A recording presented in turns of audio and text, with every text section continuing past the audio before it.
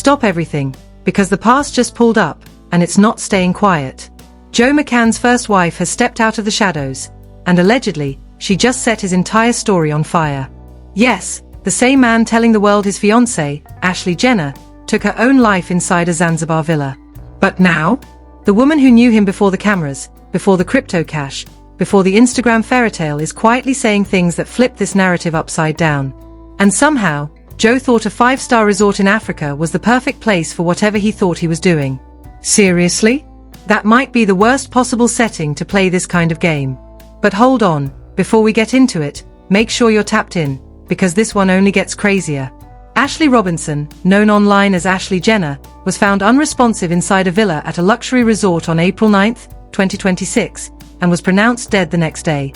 Meanwhile, her fiancé, Joseph Joe McCann, CEO of crypto hedge fund Asymmetric, is reportedly being questioned by Tanzanian police, with his passport held while autopsy results are pending. And Joe really thought he could just slide through all of this with silence and a press release? Yeah, that doesn't work here. Now let's slow this down, because the details matter. Ashley was 31, a Miami-based lifestyle and travel influencer, born April 5, 1995.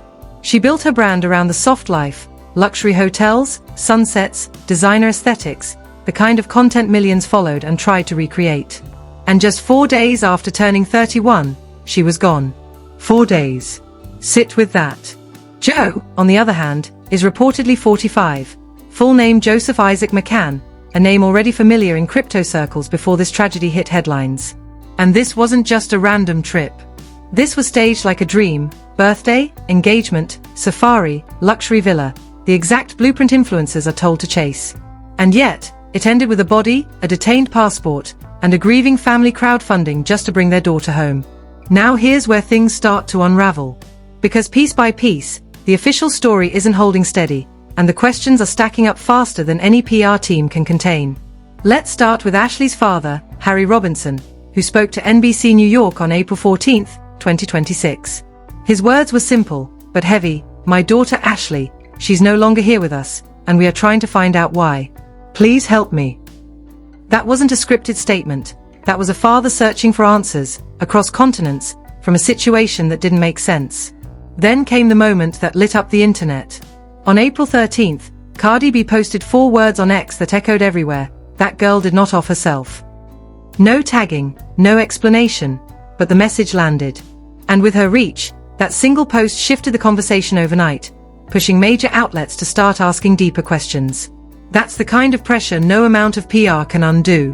Then Ashley's friend, Savannah Britt, took to X around April 11th, calling for justice and saying Joe claimed Ashley took her own life. That one word, claimed, spoke volumes. Her circle wasn't convinced. And she didn't stop there. She kept posting, keeping the story alive, refusing to let it disappear. Meanwhile, Joe? Still silent. And when the person closest to the situation publicly questions your version, silence doesn't exactly help your case. Now, police offered their version. Regional Commander Benedict Margera stated that the couple had an argument, was separated into different rooms, and that Ashley allegedly took her life using cloth from her dress.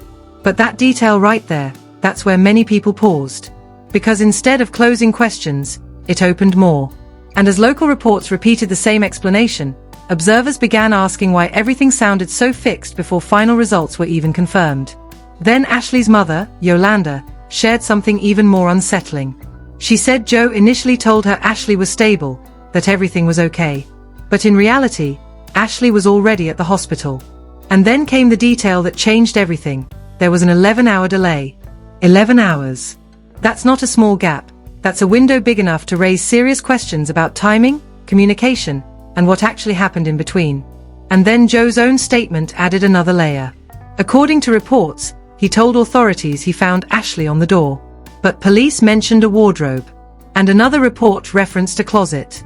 3 different locations, 1 incident. That's not just a minor mix-up, that's a major inconsistency. And it didn't stop there. A hotel staff account claimed Ashley had asked for a phone charger and told them to return in 15 minutes. Which raises another question. Why set a 15-minute window? What was she expecting in that time? That detail alone adds another layer to an already complex timeline. Then medical reports surfaced mentioning cerebral hypoxia linked to strangulation and suffocation, language that doesn't clearly align with the initial narrative. So now, instead of clarity, there's confusion. And when details don't line up, people start connecting their own dots. Looking at the timeline, things move fast. April 3rd, proposal goes viral. April 5th, Ashley's birthday. April 6th, they move to a more secluded resort. April 8th, a loud argument reportedly forces staff to intervene and separate them. That's not just a minor disagreement, that's something serious enough for hotel staff to document. And then everything changes. Even beyond the personal timeline, Joe's business background adds context. Months before the trip, his fund reportedly faced a major loss, and attempts to launch new ventures didn't go through. So while the public saw luxury and celebration, there were already pressures behind the scenes. And when you line all of this up, the timeline, the statements, the inconsistencies, it becomes clear why this story isn't fading anytime soon. Because right now, there are more questions than answers, and until those answers come, the spotlight isn't going anywhere. Oh, so now we're supposed to believe nobody saw this coming? Because to anyone watching both crypto and culture, that image rehab move wasn't subtle, it was loud. And somehow Joe really thought people wouldn't connect those timelines. That kind of confidence doesn't come from nowhere. It usually comes from someone used to moving messy and never being checked. Then April 13th hits, and Ashley's father, Harry Robinson, launches a GoFundMe with a $50,000 goal to cover travel, repatriation, and burial costs. And that's where the optics start looking crazy. Because the same fiancé being seen as a millionaire suddenly isn't the one handling those expenses. Instead, the family is crowdfunding to bring her home. Just sit with that for a second. A luxury villa, $1,000 nights, CEO title, and still a fundraiser for basic aftercare. Once that contrast hit the timeline, people started asking questions fast. Even TMZ pointed it out, putting the fundraiser right next to Joe's CEO image, and within a day, public opinion started shifting hard. Now add another layer, his past.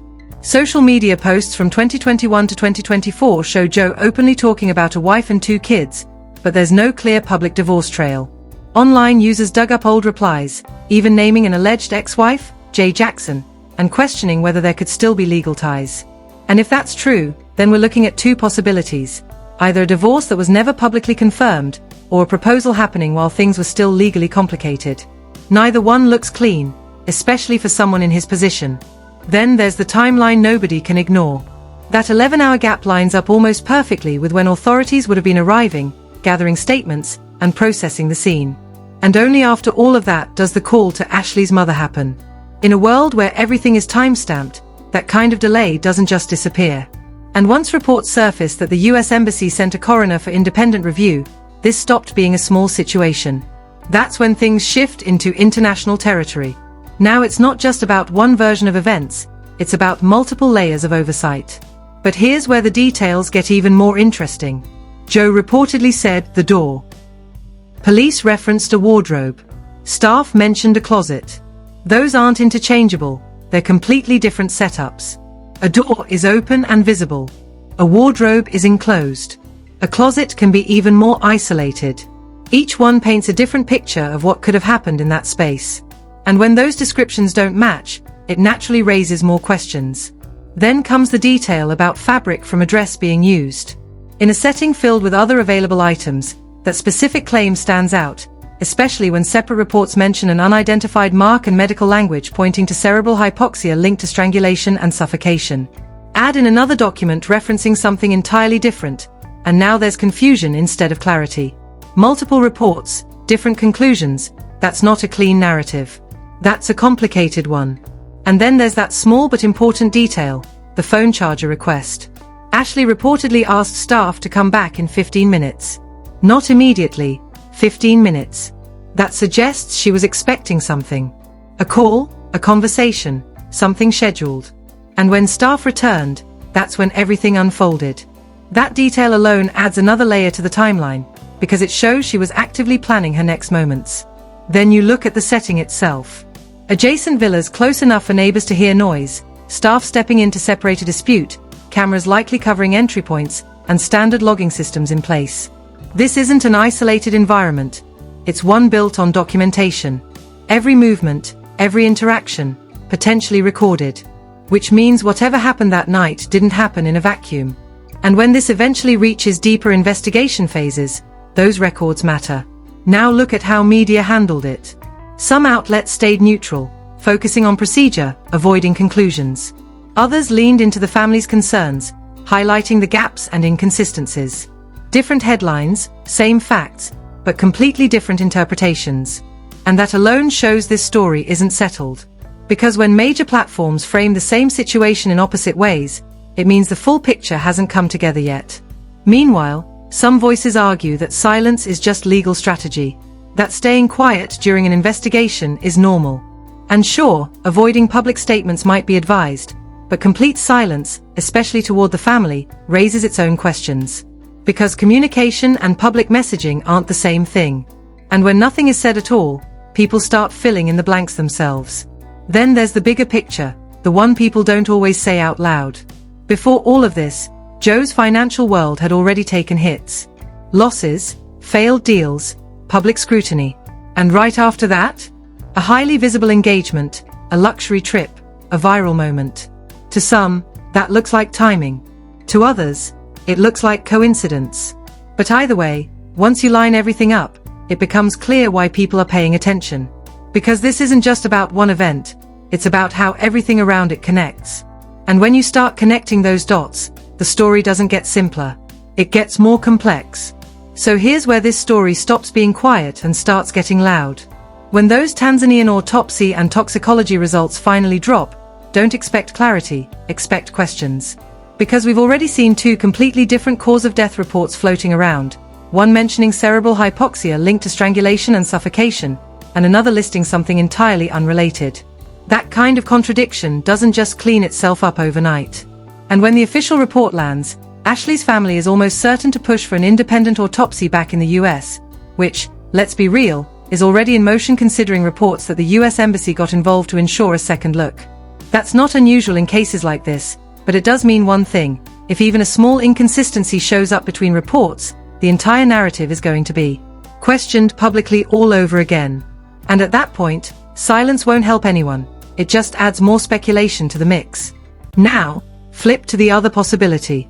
Even if the official findings support the initial ruling, that doesn't close the case, it actually opens another door. Because the family has already made it clear they have doubts, and in situations like this, that often leads to civil action. And civil cases? They bring everything into the light: documents, messages, financial records, timelines. It's a completely different level of scrutiny. Not about headlines, but about evidence. Then there's the bigger picture, the ripple effect no one can ignore. Situations like this don't just stay personal, they shift conversations. People start asking harder questions, doing more due diligence, looking beyond appearances.